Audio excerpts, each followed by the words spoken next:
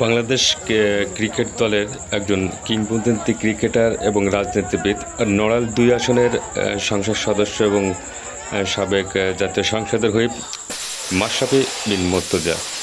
আপনারা দেখছেন মাশরাফি বিন মুর্তজার নিজ বাসভবনের ধ্বংসস্তূপের দৃশ্য। এখানে তার বাসভবন পুড়িয়ে দেওয়া হয়েছে, ভাঙচুর করা হয়েছে।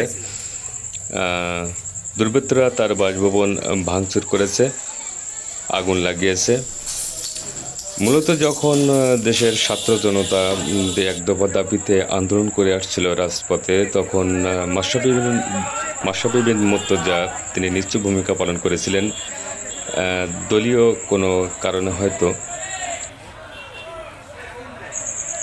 তারই কারণে আজ তার বাসভবনের এমন পরিস্থিতি।